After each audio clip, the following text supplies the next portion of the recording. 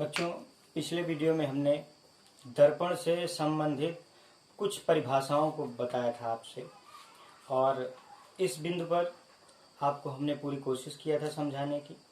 हो सकता है उसमें कुछ चीज़ें ना समझ में आई हों, आप उसको बार बार समझेंगे, रिपीट करेंगे तो आ जाएगी। आज हम एक नए बिंदु के साथ आपके सामने फिर उपस्थित हैं। वो बिंदु क्या है, ध्यान दीजिएगा।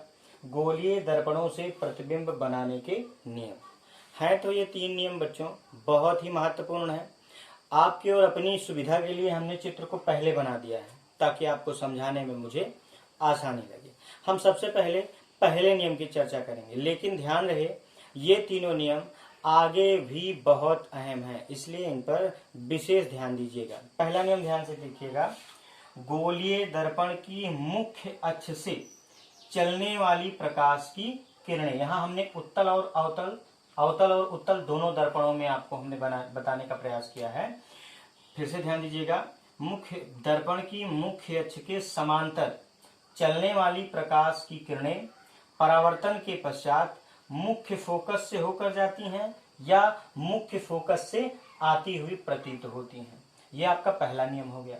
दूसरा नियम पर गौर करिएगा।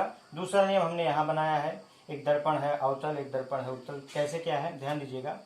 मुख्य फोकस से होकर जाने वाली या मुख्य फोकस की ओर जाने वाली, ध्यान दीजिएगा, मुख्य फोकस से होकर जाने वाली या मुख्य फोकस की ओर जाने वाली प्रकाश की किरणें परावर्तन के पश्चात मुख्य अक्ष के समांतर हो जाती हैं। आप जैसा कि चित्र में देख रहे हैं यहाँ ये उत्तल है और ये अवतल दर्पण है। अब आप तीसरे पॉइंट को ध्यान से देखिएगा।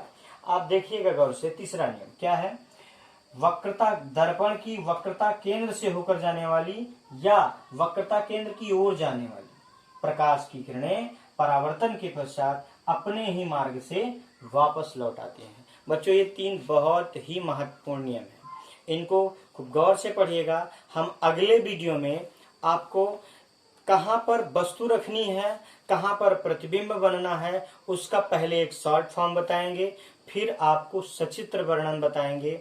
इतना आप बहुत गंभीरता से पढ़िएगा। बहुत बहुत धन्यवाद।